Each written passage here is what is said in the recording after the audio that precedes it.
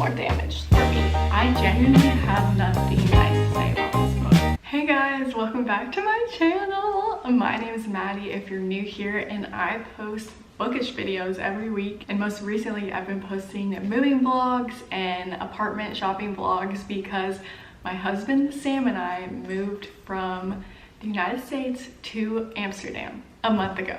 So it's our first time living abroad and we are so excited. Anyways, with the move and everything, I did not film a March or April reading wrap up, so I'm gonna combine them into one. And here are the 13 books I read in March and April. I will say, not the best 2 reading months. I didn't have a single 5-star read, and honestly I'm kind of in a slump right now. I'm just reading books to read them, but I'm not really feeling anything. Comment down below what I should read next to get me out of a slump.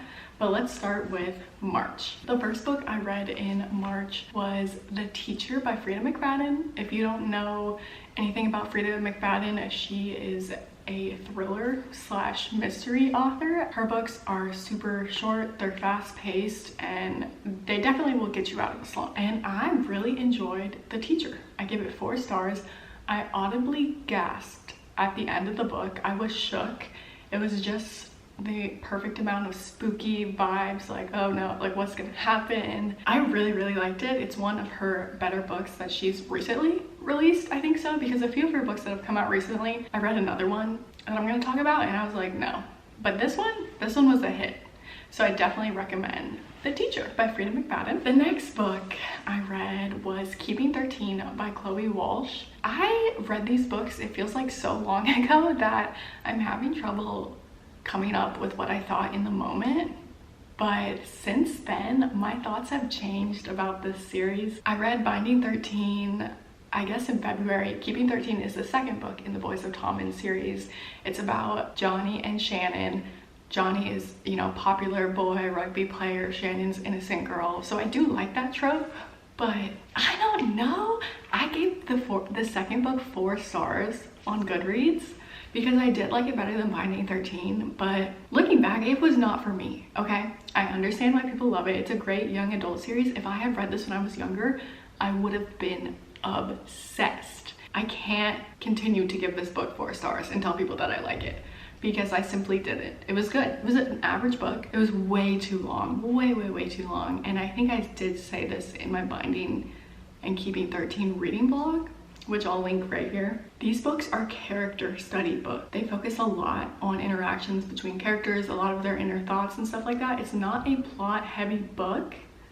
The plot that is there is definitely deep and sad, but the interactions between the characters, like it's the same thing every day. Like Johnny picks Shannon up from school, they hang out. The next day, Johnny rescues Shannon, you know, from bullies. They hang out, he drives her home, he picks her up. They run into each other accidentally in the school hallway. It's the same thing every single day. And I would have loved those interactions when I was younger, reading about them or in real life, but it just wasn't my cup of tea. I get why other people like it, I really do. I mean, you spend a lot of time with these characters because the books are so long and you really come to love them.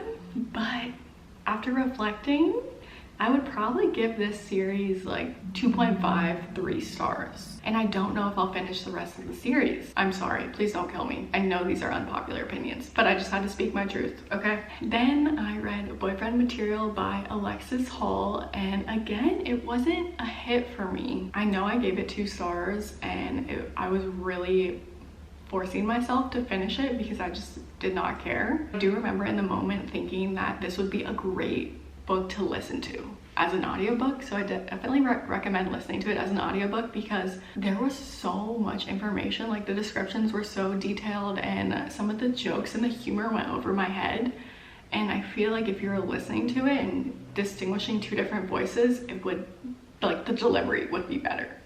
And it just wasn't enough romance in this book. I did love the 2 main characters, but you didn't see them a lot. You saw the friend group and stuff like that, and that's fine if it's gonna be a series, which there is actually a second book, but I did not care. There were like 5 or 6 friends. No, you're allowed to have 1 friend. That's it, 1 friend.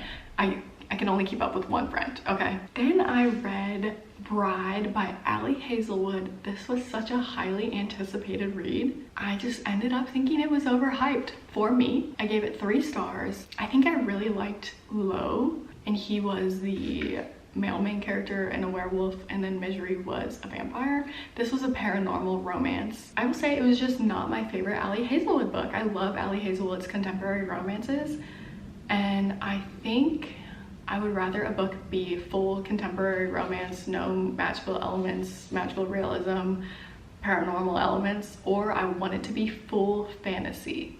I think paranormal romances are kind of confusing for me. Or not confusing, they just don't hit the same. Even though Twilight did hit different for me.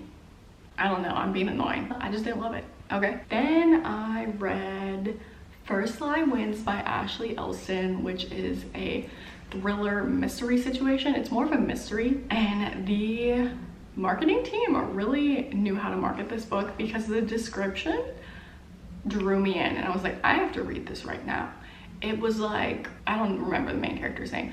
So-and-so has a perfect life. You know, she's got a perfect boyfriend. She lives in his beautiful house. She's got a great group of friends. The only problem is she doesn't exist or something. Oh, her name was E.P. Porter. The only problem is E.P. Porter doesn't exist. And so right away I was like, I have to read this. The first 30% of the book was exciting because I didn't know what was happening. And then it became very repetitive. And by the end of it, I was just like, okay, get to the point. Let's end this book. And the ending was, it was like a big heist situation, kind of like Ocean's 8, Ocean's 11, stuff like that. And it just did not make sense. I'm like, how did this all work out, girl? I don't know how this worked out. I'm happy for you, but that was just too perfect of an ending for a thriller mystery situation. It worked out too perfectly. I'm talking too damn much, so rapid fire, let's go. Then I read Tom Lake. I'm looking at these notes I wrote.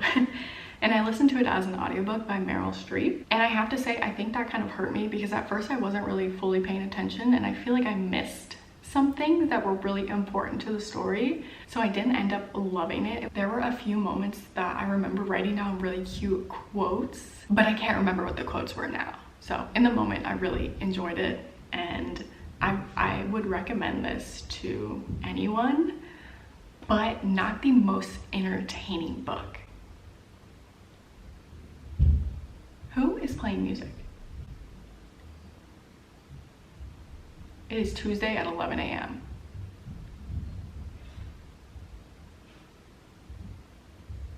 I'm gonna have to film this video later. But yeah, not the most entertaining book. I would say 2.5, 3 stars. Okay, they're just stomping around now, but the music's done, so that's good. I'm so annoying.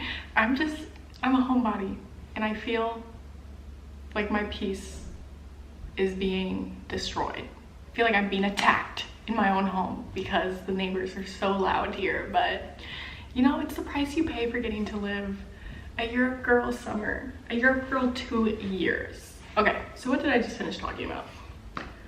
Tom Lake. Then I read The Fake Mate by Lana Ferguson, which is essentially the same storyline as Bride.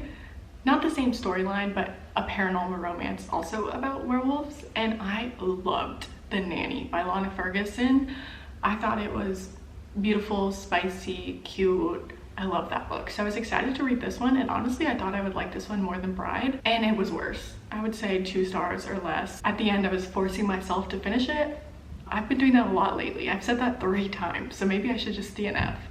But I was filming a video, so I wanted to finish it. I didn't believe the main characters' love for each other. Yeah, I didn't like that book, but I'll read another book by Lana Ferguson. I think they're playing music again. Have you heard of AirPods? Like, use your AirPods and blast music. This is not 1950. I just sat down and then the music started again, but I'm just like numb at this point. So let's finish the video.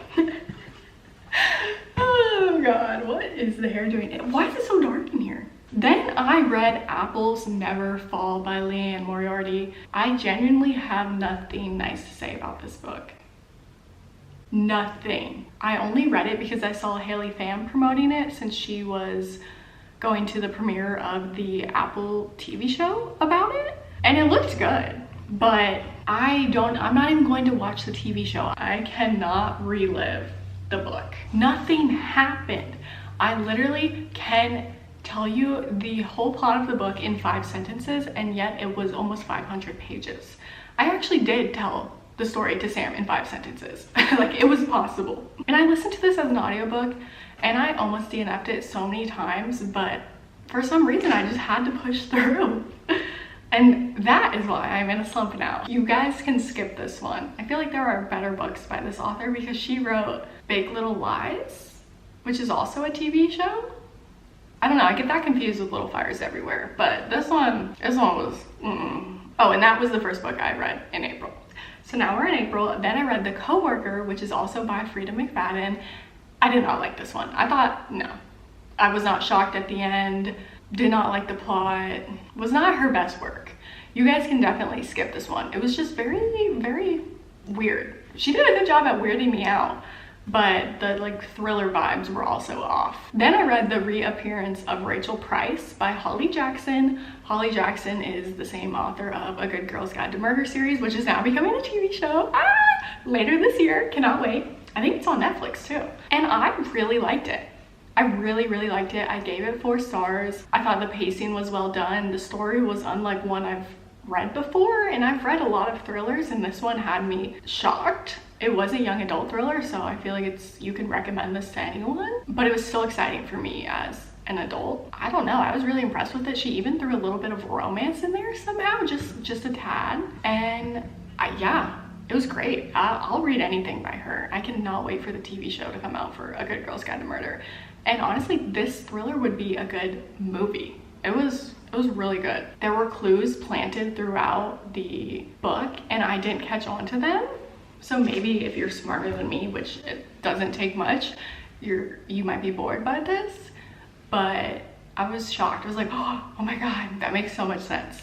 Not 5 stars, but I really did like it. I read it pretty fast. Then I read Funny Story by Emily Henry.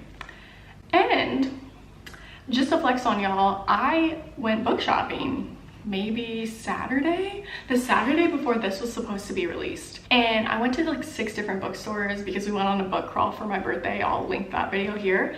This was at the last bookstore we went to. It was out early. It was out maybe 4 days early, and I read it before it was technically released, and so I felt like I got an arc, even though I didn't. And y'all, it was not my favorite Emily Henry book. I can't tell if I like this more than People We Meet on Vacation. I think I liked it less. I really do. I don't know. The story was so well developed. The characters were well developed. The plot was there. It just, nothing was missing. I didn't feel the emotions I felt while reading Happy Place and Beach Read and all of her other books. The emotions weren't there for me. I did relate to Daphne in some ways because she was a book lover and an introvert and stuff like that. And I feel like she kind of secluded herself because she was used to being left out. And I definitely relate to that. I think that's why I like being at home so much, because I feel like I was always left out growing up. And so I just choose to leave myself out now. That was really deep. I don't know. I relate to Daphne. I did not relate to Miles. Obviously, like, I think he's a great book boyfriend, and the way she described him was sexy to me, even though he's wearing Crocs, but he just seemed too perfect. And that was a little unrealistic to me. I wanted him to have a few flaws, and he didn't. He needed to be a little more damaged for me. I'm sorry. And the quotes in here, there were not really quotes in here that stood out to me, except one. I know you read to escape and stuff, but also I want something to validate my feelings. What am I saying? What am I saying? Okay, I'm done. It just didn't hit. It just didn't hit for me. Okay, it was a miss. It was a miss. Still love you, Emily Henry. Will still read anything you write, ever. Okay, I found the 2 quotes I liked, and one of them wasn't even related to anything romantic. The same universe that dispassionately takes things away can bring you things you aren't imaginative enough to dream up. Wow. Whoa, mind blown. And then this one, it was kind of like their declaration of love for each other. I'm sorry, skip 30 seconds ahead. I love you in a way that feels brand new. You make every single thing that went wrong feel like it was just a step in the right direction, and it makes me excited for life to keep surprising me. You aren't what I pictured. I say, you are so, so, so much better than what my cynical little brain could have ever come up with. Wait, why am I kind of crying? Wait, why does that kind of hit different now? Wait, I love that. It just seems crazy the way that they like fell in love. Which sometimes I like crazy, but from Emily Henry, I don't like crazy. I want it to be real and raw. I think that's what I'm trying to say. Is this one felt a little too rom-com-y. I wanted it to be more women's fiction, like her other books. Okay, I'm done talking about this book now. I'm done. Then I read 2 more books. I read Dark Matter by Blake Crouch. This is a psychological thriller, like maybe sci-fi kind of situation. It deals with the multiverse, and it's kind of just like showing you how, if you had done one thing differently, this is how your life would have turned out. And it was crazy, and it sounds really complex, and like it would be like you would have a hard time understanding it, but it was pretty straightforward. I feel like I understood everything. I definitely did not struggle reading this or comprehending it, and I'm so excited because I think the Apple TV show comes out tomorrow. So that's great. The TV show, the trailer makes it look more scary than it is. The book itself did not really scare me, but it was good. It definitely makes you think. It has such good reviews on Goodreads too. People love this book, and it's also kind of romantic. So there's that. It has everything. Then I finished out April with a reread of Turtles All the Way Down by John Green, again, because a TV adaptation was coming out May 2nd. The more I read, the more I realize all movies are based on books first. I'm like, oh my god, I read that book, no way. Duh. It was so good. It's a really short book. I think you can read it in 3 or 4 hours. It's not my favorite John Green book. You guys know I'm such a Fault in Our Stars girl, but it was still good, and I did end up watching the movie. The movie is copy and paste of the book. They do not leave anything out. The characters are so well casted. I was so excited to see like another one of my favorite childhood books come out as a movie, and I love John Green. He's one of my favorite male authors for sure. So thank you guys so much for watching. I'm so glad to be back talking about books, and don't forget to like and subscribe down below for more bookish content and for more living abroad content. Much love.